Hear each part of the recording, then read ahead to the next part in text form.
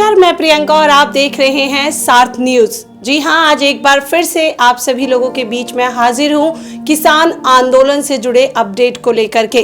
किसान आंदोलन का आज तीसरा दिन है। 13 फरवरी से शुरू हुआ ये आंदोलन आज 3 दिन बिता चुका है। सूरज सुबह से शाम और शाम से फिर सुबह हो गई है, लेकिन सरकार के कान में जू तक नहीं रेंग रहे।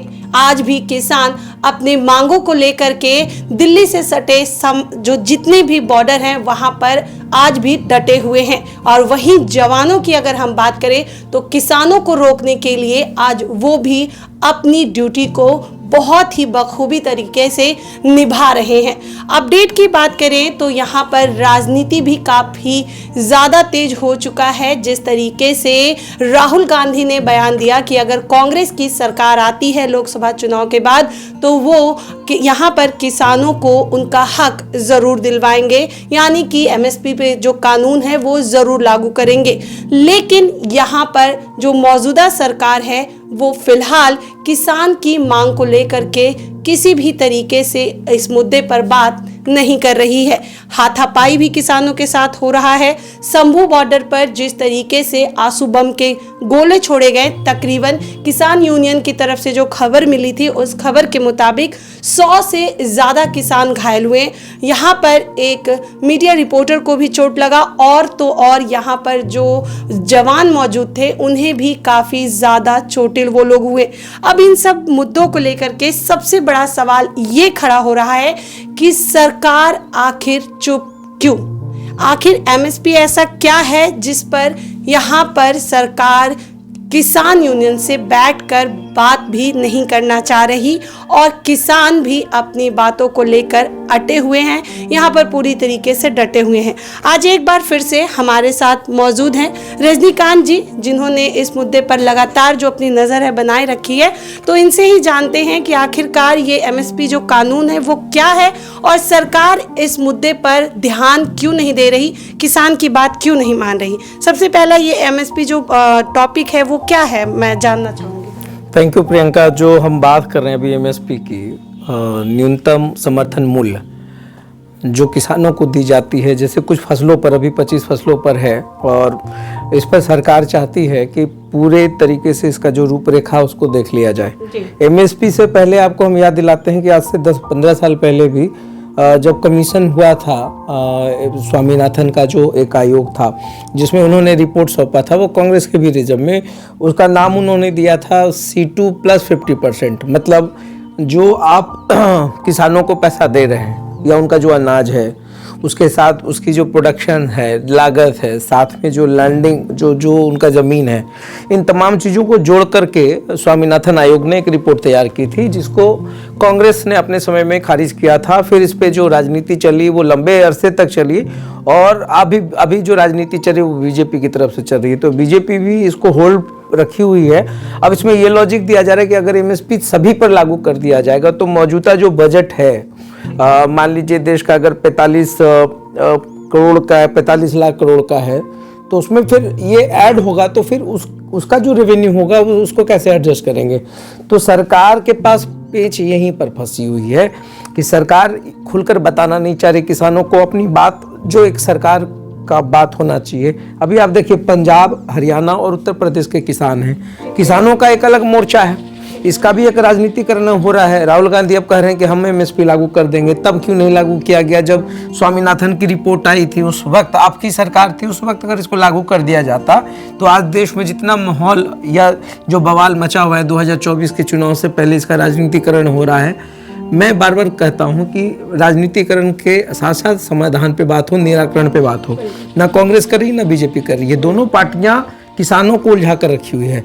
अब इस चीज़ों को समझना पड़ेगा कि जो अन्नदाता सड़कों पर हैं, जो अब 6 महीने का प्रोटेस्ट है, ट्रैक्टर्स ट्रक पे पूरा राशन लेकर बजाते वो दिल्ली बॉर्डर की ओर कूच कर चुके हैं और डटे हुए हैं। आपने देखा होगा, लगता है जैसे बॉर्डर पर, जैसे बॉर्डर फिल्म की शूटिंग चल रही हो, बॉर्डर पे जिस तरीके से गोली और सब कुछ होता है, बोल धमाके की आवाज़, आवाज़ हो गया, सब तमाम चीज़ें हैं, ड्रोन कैमरे से निगरानी है, कटीले तार हैं। अब लग रहा है जैसे किसान जो है वो देश का हिस्सा है नहीं। अब सरकार से वो बात करना चाहते हैं तो सरकार और किसान के बीच में बैरिकेटिंग है, सरकार और किसान के बीच में कटीले तार हैं, सरकार और किसान के बीच में आंसू गैस का गोला है। तो आपको समझना होगा कि देश में आप समाधान चाहते हैं या बवाल चाहते हैं। ये जो घमासान है इसका समाधान होना चाहिए। एमएसपी पे जो मुझे समझ में आया है उस पर भी मैं बात करूंगा, क्योंकि अभी देखिए आज सुबह में एक जो खबर हमने लिखी थी कि एमएसपी की राह जो है इतनी आसान नहीं है जी। और उसको आपको समझना होगा। अगर सरकार एमएसपी पे हामी भरती है तो वो गले की फांस हो जाएगी उनके लिए, क्योंकि बहुत बड़ा रेवेन्यू मॉडल आपको जनरेट करके फिर उसको एग्जीक्यूट कराना ये बूते की बाहर की चीज़ है। अब चुनाव के समय तो आप जो भी वादे करके चले आते हैं उसके एग्जीक्यूशंस पे जो होमवर्क आज आपको करना पड़ रहा है वो पहले करना चाहिए ना। वही अनाउंसमेंट जो सरकार करती है, नरेंद्र मोदी जो चीख कर करते हैं मैंने ये कर दिया, मैंने वो कर दिया, तमाम चीज़ों को एग्जीक्यूट करने से पहले आपका खुद का तो होमवर्क हो। आप क्या किसान से बोल रहे हैं, आप क्या वादा कर रहे हैं, इसका एग्जीक्यूशंस क्या होगा, इसको कैसे आप जनरेट करेंगे, वो तो कुछ है ही नहीं। तो कुल मिलाकर के जो समाधान की बात हो रही है, अब अर्जुन मुंडा बात करेंगे, कृषि मंत्री हैं, नित्यानंद राय होंगे शामिल, और एक और नेता की आप बात कर रहे थे केंद्रीय मंत्री, वो भी शामिल होंगे शायद। तो अब तो 5 बजे चंडीगढ़ में जो बैठकें होनी हैं, और राकेश टिकैत ने भी कहा है कि अगर चीज़ें ठीक नहीं हुई तो हम भी कूदेंगे। तो ये कूदना कुदवाना, ये आंदोलन किस ओर जाने वाला, ये आप भी समझ पा रही हो। एक क्वेश्चन ये है सर कि जैसे आज एक अहम बैठक होने वाली है और आप जिस तरीके से आपने अभी बताया कि एमएसपी क्यों नहीं लागू हो सकता, ये नजरिया है सरकार का, तो क्या जो सरकार की यहाँ पर जो सरकार इस चीज को लेकर के अपना जो पक्ष रख रही है, क्या वो किसान समझ पाएंगे और ये हिस्सा यहीं समाप्त होगा? देखिए अब जो C2 की बात कर रहे हैं ना, जिसको आप कहते हैं कॉम्प्रिहेंसिव कॉस्ट ऑफ प्रोडक्शन, अगर उस पे अगर आप C2 कर रहे हैं, उसका 50% आप दे रहे हैं, समाधान निकालने के लिए कोई भी पार्टी की इच्छा शक्ति अभी मुझे नहीं दिख रही है। इसमें सिर्फ राजनीति दिख रही है। और किसान को भी समझना होगा, ये जो आप 6-6 महीने का राशन लेकर के आए हैं, इसका अंत भी तो होना चाहिए देश में। आखिर किस और समाधान को आप लेकर जाना चाहते हैं, इस पर बात हो। इस पर राजनीति आज राहुल गांधी कर रही है, मैं किसानों के साथ हूँ। आप मोदी के साथ बैठ जाइए, CPI हैं, आप मोदी के साथ बैठ लीजिए, आप देश के प्रधानमंत्री के साथ बैठिए।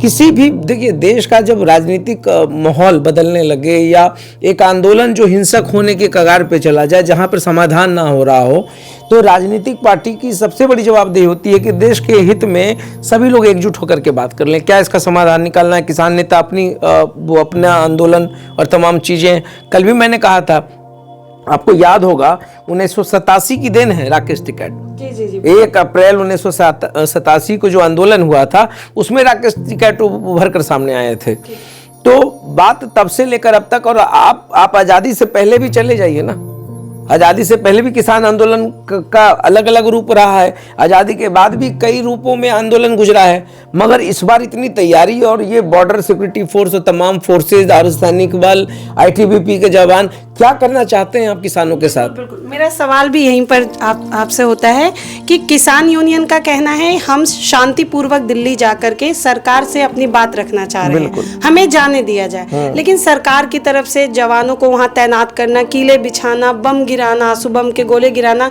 किस हद तक क्या किसानों के साथ जंग लड़ी जा रही थी और किस हद तक सरकार सही कर रही है? सही इस तरीके से किसानों को रोका जा सकता था या और भी तरीके थे?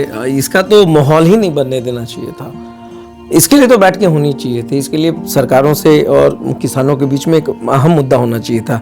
जिस स्वामीनाथन को आपने भारत रत्न दिया है, उनकी ही सिफारिशें थी ना। जिस चौधरी चरण सिंह पूर्व प्रधानमंत्री को आपने जो भारत रत्न देकर एक बड़ी राजनीतिक चीज़ों को साधने की कोशिश की प्रधानमंत्री ने, आपको भी पता है कि अभी बीजेपी जो है ऐसे ऐसे चीज़ों पर फोकस्ड है कि कहीं से बस वोट की बात चल रही है, चाहे वो राहुल हो चाहे वो मोदी हो, मुझे तो कोई ज़्यादा फर्क नहीं दिख रहा है, एक पक्ष में है एक विपक्ष में है, मगर अब तक जो है शोषित तो पब्लिक ही होते आया ना। तो इस पे तो हम कहेंगे कि इसको रोक देना चाहिए था, इस पे बातें होनी चाहिए थी। एमएसपी लागू करना इतना आसान नहीं है। देखिए अगर चुनावी समर में आप कुछ भी बोलकर चले आते हैं तो इसका इम्पैक्ट ये आंदोलन होता है। तो बोलने से पहले कैलकुलेटिव होना चाहिए, आपको सोचना पड़ेगा हम क्या बोलने जा रहे हैं। एमएसपी का जो फुल फॉर्म है उसको समझाइए ना लोगों को। सब तो कह रहे आंदोलन करेंगे, पहले आप एमएसपी पे जाइए, फिर C2+50 पे जाइए, जो स्वामीनाथन का जो एक फॉर्मूला था तो इसमें लागत की भी बात थी, ज़मीन की भी बात थी, प्रोडक्शंस, तमाम चीज़ें उसमें ऐड थे। तो अभी खुद का आपका बजट 90 है और आप 180 कहाँ से देंगे? एक उदाहरण मैंने दिया है, यहीं पे मामला फंसेगा। बातें तो कर आते हैं ना, नरेंद्र मोदी हो या राहुल गांधी हो, चुनावी समर में तो कोई कुछ भी बोलकर चला आता है, मगर बाद में इसका नुकसान देश को होता है। इसको समझने की जरूरत है प्रियंका। भारत में शुरुआती से ही नारा चलता आया है जय जवान जय किसान, लेकिन फिलहाल यहाँ पर अन्नदाता यानी किसान भी सड़कों पर नजर आ रहे हैं और किसानों को रोकने के लिए जवान भी सड़कों पर नजर आ रहे हैं। अपडेट में अगर हम बात करें तो फिलहाल टिकरी बॉर्डर पर कई जवान भी बीमार पड़ चुके हैं, उस पर उन्हें लेकर के फिलहाल देखा जाए कि आगे क्या नया अपडेट आता है। साथ ही साथ ये जो बैठक रखी गई है, इस बैठक के बाद क्या किसान की मांगों को पूरा करने के लिए सरकार कोई अहम कदम उठाएगी या नहीं, इस पर हमारी नज़र बनी रहेगी। अपडेट जानने के लिए आप हमारे साथ जुड़े रहिएगा, देखते रहिएगा सार्थ न्यूज़। नमस्कार।